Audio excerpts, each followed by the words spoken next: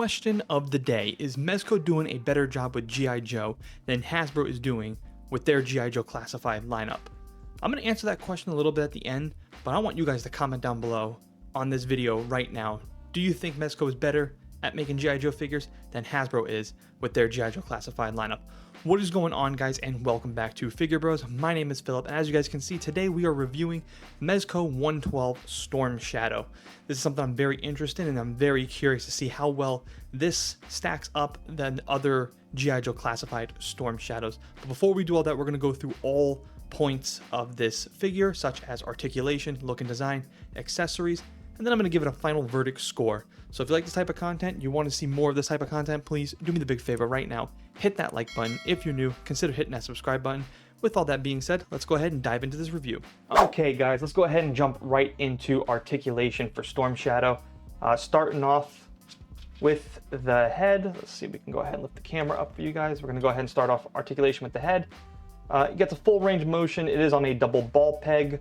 You're not going to get much looking down or looking up, simply because this neck piece right here, I'm going to move my hand out of the way, this neck piece right here really does hinder a lot of the articulation for the neck. You guys can see right there, it is a standard double ball peg, so pretty nice double ball peg. But of course, I do wish they would just make a cut right here and a little bit of a cut in the back, or just trim this down just a little bit so we can get more motion looking down, because even as you guys can see right here, the ball peg is not going up or down much, and it goes side to side very little, so a little disappointing with that. Moving over to the arms, we get a pretty good range of motion for the arms. We get a nice butterfly joint, which you guys can see right there. Double jointed elbows. I mean, he gets a full range of motion going out, which is really good for someone who's going to be wielding nunchucks and sais and other stuff like that, and swords, so you kind of need that full range of motion. The wrist, standard little wrist pegs. One note I will say about this, I wish Mezco would make these just a little bit bulkier, man. I am afraid that these little pegs right here are going to eventually break on me, and that's going to be disappointing, but they just seem very flimsy. I do wish they would make those a little bit bulkier. Moving down to the torso area, down about that much, going back about that much. We really get hardly any motion there. There does seem to be a diaphragm joint, but man, it's not a very good one. You guys can see we're not getting a whole lot of motion out of it whatsoever. Going down to the legs, can't really do a full set of splits. Go ahead and back that camera just a little bit more. We can't get a full range of splits because of course we're working with this breathable like jumpsuit material. It's not like a spandex material, which I do wish they would have used. I think they would have been better off for it. But he does get a nice kick outward. Going back, hardly any. We do get a thigh cut right here, but of course it's not a very good one because of the suit. And then your typical Mezco ankles, like, I mean, like really like barely anything there. I mean, not as bad as the Black Superman, but almost as bad. So that was the articulation for Storm Shadow. Let's go talk a little bit about look and design. Looks really good, all really nice white suit material. I have the light barely on, so this thing is like really, really white. I'll show you guys what I mean here. So the light, if we dim it down, you guys can see that's like barely on its like first setting. If you crank it up another notch or two, he pretty much stands out. Nice white suit material. However, though, even though it's a nice material, and it really is a nice material, it feels really good in hands, like a nice, like actual like jumpsuit material. The problem with it is, though, as you guys can see, it really hinders the articulation a lot. I really do wish they would have used something more of like the Fantastic Four or the White Ranger spandex, a little more stretchier material, because this one just ain't cutting it for me. I don't know what it is, I just don't like it. It really just hinders a lot of the articulation. And that's just, like I said, for me, that's a big design issue that I have with it. Furthermore, I mean, he looks fantastic. Just again, the design of the suit, I don't like it. I wish they would have used a more spandex material. I know that may have not been more accurate to Storm Shadow, but I'm just gonna tell you, I don't care. I don't care. I just wish they would have used it. It would have been better. Been better off for it. Looks good, design, nah. And also too, design of the articulation, just not very good either. Especially, again, Mezco ankles, we have a very, very big problem with that. Just not very good all in all, as far as the design of these ankles. Looks good, design, kind of mid for me, to be honest with you. We're gonna go ahead and move a little more top down, and you guys can see the spread of accessories. I think the accessories is what makes Storm Shadow really shine. Okay, so we talked about articulation, we talked about look and design. Now we're gonna talk about where I think this figure shines the best, and that is the accessories of Storm Shadow. Starting off with his alternative head. We got some really nice alternative heads. Again, I've always mentioned this in the last, I don't know how many Mezco videos we've done now. Their sculpts have gotten really, really good. I do wish we came with one more unmasked version of it, and I wish it showed like a little more expression. Like we get this one, I wish we had this one maybe with his teeth grinning or looking a little bit angry. I think that would have been pretty cool for him as well. Another cool accessory piece, we do get his bow and arrow, and the arrows actually do come out. Try to be delicate with it. So you guys can see the arrows actually come out. So that's a nice, really cool accessory as well. Try to get that to focus on the camera. Perfect. So you can see arrows do come out. Pretty cool there. Cool looking quiver as well, and they slide back in pretty easily. It does clip. So pretty good there.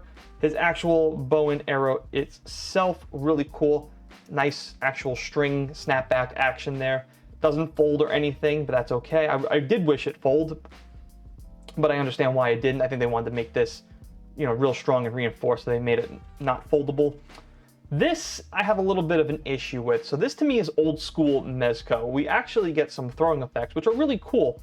I just wish they would have just integrated these into the actual hands themselves. Like we've seen them do a bunch of times already. We saw them do it with Snake Eyes. I don't know why they just chose not to do it with Storm Shadow. I mean, we've seen it now with Bishop, and we've seen it with anybody else who has any kind of mutant type abilities. They've integrated this, like there would have been a hand attached to this throwing it. And again, they did it with Snake Eyes. I don't know why we're not doing it with Storm Shadow. I mean, again, these effects are really cool throwing effects. Love it, right? Really dope looking. Just make the hand attached to it. Another one, really cool throwing effect. Just have the hand integrated into it. I guess they wanted to give you the option of having different type of throwing hands with it, which, you know, okay, sure. Other accessory, we get a sword. They all come right out with the sheath as well. Swords are pretty cool. We get, of course, one long, one short of the katana. Really nice. And this, the sheath that actually clips in the back pretty well. So you guys can see, kind of goes right there. Snaps on and off pretty easily. Other weapons of choice. Again, he has like arm to the teeth, so it's really cool. We get these little reapers, grass cutters, whatever you want to call them. We actually get two size, really good as well. Like those as well. What I don't like also, we get a bunch of these pieces. Like I'm going to show you here in a second. I actually removed them off camera because it wasn't all going to fit.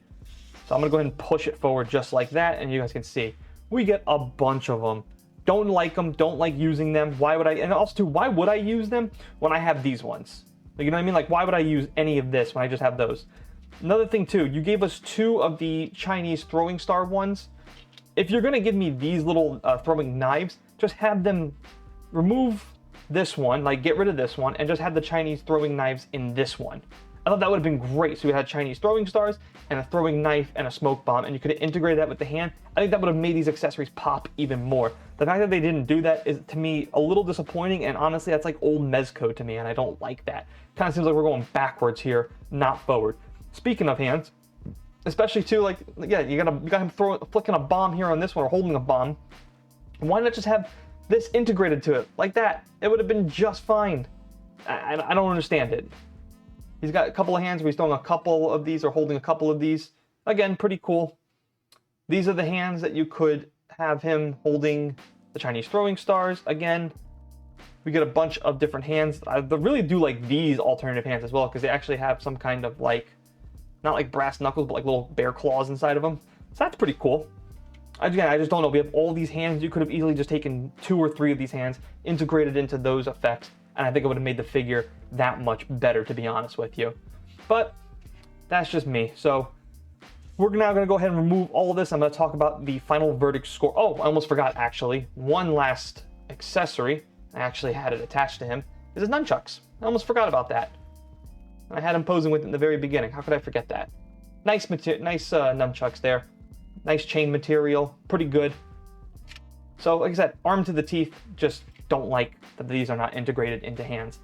We're going to talk a little bit more about Storm Shadow here in the final verdict. I'm going to go ahead and flash up the final verdict score, and we're going to go ahead a little bit more detail why I gave him the score I gave him. All All right, let's go ahead and talk now about the final verdict. I'm gonna go ahead and put the score right up on the screen, and then we're gonna discuss it. So the final verdict score I gave for Storm Shadow, I gave him a 79 out of 100.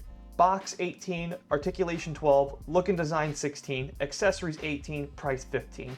Two biggest thing and the two biggest takeaways from this Storm Shadow is, while yes, it's a really nice looking piece, it's got a ton of accessories, articulation is very bad. The look and design of the suit I'm not impressed with, especially because I've seen Mezco do better, specifically with Fantastic Four, the White Ranger with a little more stretchier spandex material. So I'm not in love with the design that they use of the suit. It just wasn't my favorite. And also too, price, $95. I don't have much objection of the price. $95, you do get a lot, yes, but I don't think it's a perfect price. I think $85 is more reasonable. And the biggest thing I take away from this too is, why should I spend $95 on a Mezco Storm Shadow if I'm the everyday consumer, when I can just go buy a $25 G.I. Joe Classified? Which is why I asked the question in the very beginning, is Mezco doing a better job with G.I. Joe than Hasbro G.I. Joe Classified? I'm not 100% sold on it, or sold on that idea. I still think G.I. Joe Classified is a better overall product for G.I. Joe fans than Mezco, as he just fell down right there. So again, that's why I asked the question at the very beginning of this video. Is it, worth it? Is it better? Do you think they're doing Mezco doing a better job with G.I. Joe than Hasbro is with their G.I. Joe Classified? Again, $95 for this Storm Shadow, which he comes with a bunch of stuff. Yes, absolutely. But is it a perfect Storm Shadow? No. Is it the one and only Storm Shadow? No, I think actually G.I. Joe Classified actually does a little bit a better job with theirs, and Snake Eyes as well. And Snake Eyes was a premium figure.